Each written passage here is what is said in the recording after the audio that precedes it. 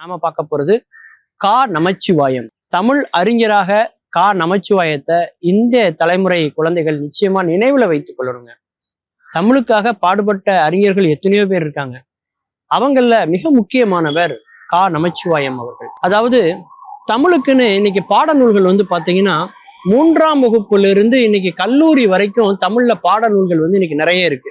தமிழகம் முழுக்க எல்லோருமே ஒரே வகுப்புக்கான பாட புத்தகமா தமிழ் புத்தகமா ஒரே புத்தகத்தை படிச்சாங்களா அப்படின்னா இல்லைங்க. 100 ஆண்டுகளுக்கு முன்னாடி பாத்தீங்கன்னா ஒவ்வொரு ஊர்ல உள்ளவங்களும் ஒவ்வொரு விதமான தமிழ் புத்தகத்தை படிச்சாங்க. அவங்க யார்கிட்ட தமிழ் கத்துக்கிறாங்களோ அந்த தமிழ் ஆசிரியரே அவங்களுக்கான புத்தகத்தை எழுதுவார். அவர் எழுதிய புத்தகத்தை அந்த ஊர்ல உள்ள குழந்தைங்க படிப்பாங்க. ஆனா பக்கத்து ஊர்ல பாத்தீங்கன்னா வேற புத்தகமா இருக்கும், வேற ஒருவர் எழுதுனதா இருக்கும். அப்படித்தான் ஒரு சூழல் இருந்தது. ஒட்டுமொத்த தமிழ்நாட்டுக்கும் சேர்த்து ஒரே பாடநூல் இல்லை. அப்படி தமிழ்ல முதல் பாடநூலை ஏற்படுத்தியவர் யாரு அப்படின்னா நமச்சிவாயம் அவர்கள். அந்த பெருமை அவருக்கு தான் சாரும். எதனால அவர் உருவாக்குனாருன்னா, அன்னைக்கு ஆங்கிலம் படித்தவர்கள் தான் தமிழ் பாட புத்தகத்தையே உருவாக்குனாங்க. அதுல நிறைய பிழைகள் இருந்தது. ஒற்றுப்பிழை இருந்தது, சந்திப்பிழை இருந்தது, இலக்கண பிழை இருந்தது, பல பிழைகள் இருந்தது. அதையெல்லாம் திருத்தணும் அப்படிங்கிறதுக்காக பாடுபட்டவர் தான் நமச்சிவாயம் அவர்கள். அவர் ஒரு தமிழாசிரியர் மட்டும் கிடையாது, அவர் ஒரு நாடக ஆசிரியராகவும் இருந்தார், அவர் ஒரு இலக்கண ஆசிரியரா இருந்தார், அவர் ஒரு பத்திரிகை ஆசிரியரா இருந்தார், குழந்தைகளுக்கான எழுத்தாளராகவும் அவர் இருந்தார். இது எல்லாத்த விட சிறந்த கவிஞராகவும் இருந்தார். அதனால மிக எளிதாக அந்த தமிழை மக்கள் மத்தியில கொண்டு போக அவரால் முடிஞ்சுது அப்படின்னு சொல்லலாம்.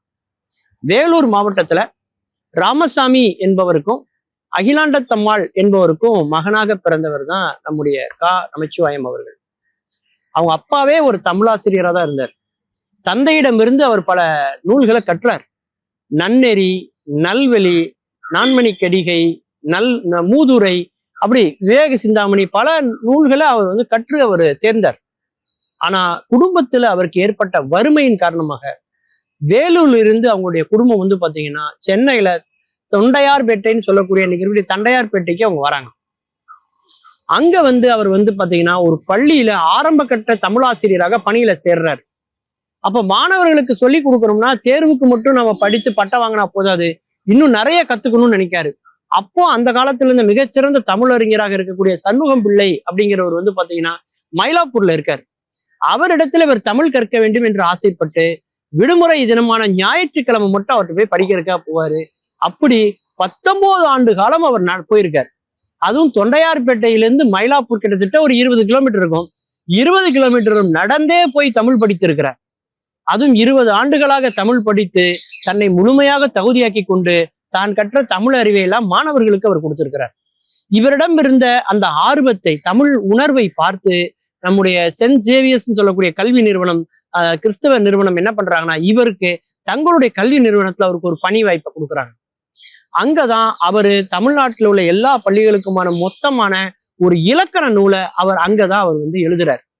அப்பந்தான் அவர் உணர்றாரு, ஒவ்வொரு ஊர்லயும் ஒவ்வொரு விதமான தமிழ் பாடத்தை படிக்கிறாங்களே, இவங்க எல்லாத்துக்கும் ஒட்டுமொத்தமா ஒரே பாடம் இருந்தா என்ன அப்படிங்கிறத யோசிச்சு அந்த பாடநூலை எழுதுற வேலை அவர் ஏற்றுக்கணும்னு அவர் நினைக்கிறார். ஆனா அவர் ஏற்கனவே ஒரு பணியில இருந்துகிட்டு இதை செய்யறது ரொம்ப சிரமமான காரியம் அப்படிங்கிறனால அந்த பணியை விட்டுட்டு நம்ம முழு நேரமா இதுல இறங்கணும்னு நினைக்கிறாரு. அந்த பள்ளி நிர்வாகம் அதற்கு ஒத்துழைப்பு கொடுக்கல. நீங்க பள்ளியிலே இருந்துகிட்டே நீங்க இந்த வேலையை செய்யலாம், உங்களால 2 வேலையும் செய்ய முடியும்னு சொல்லி அவர் ஊக்கப்படுத்துறாங்க. அப்படித்தான் அவரு தமிழ் கடல் அப்படின்னு ஒரு அச்சகத்தை வைத்து ஆரம்பித்து அதன் மூலியமாக இந்த பாட புத்தகங்களை அவர் தயாரித்து அதை வெளியிடுறார்.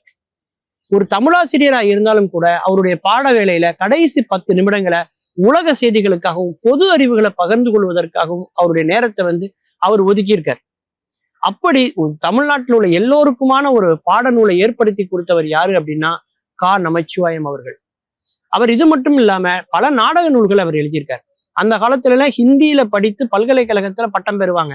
அப்படி இருக்கும் பொழுது மகாகவி வித்வான் போன்ற பட்டங்களை பல்கலைக்கழகத்துல பெறுவதற்கு தமிழ்ல ஏற்பாடு செய்தவர் அவர் தான். தமிழாசிரியருடைய ஊதியத்தை 45 ரூபாயிலிருந்து 75 ரூபாயாக உயர்த்தியவரும் அவர் தான். அது மட்டும் இல்லாம தமிழ் படிச்சாலே வறுமையில இருப்பாங்க அப்படிங்கிறத உடைச்சு அந்த காலத்திலேயே தமிழ் படித்து ஒரு பெரிய செல்வந்தராக வந்து பல மாளிகைகளை பல மாடங்களை கட்டி அவற்றுக்கு பல தமிழ் பெயர்களை சூட்டி பல தமிழறிஞர்களும் வந்து உறவாடக்கூடிய இடமாக அதை மாற்றி தமிழுக்கென்று ஒரு பெரிய தனித்த மரியாதை ஏற்படுத்தி கொடுத்த ஒரு தகைசால் தமிழ் அறிஞர் தான் கா. நமச்சிவாயம் அவர்கள். மீண்டும் பல புதிய தகவல்களோடு அதில் அறியப்படாத பக்கங்களோடு உங்களை சந்திக்கிறேன். நன்றி, வணக்கம்.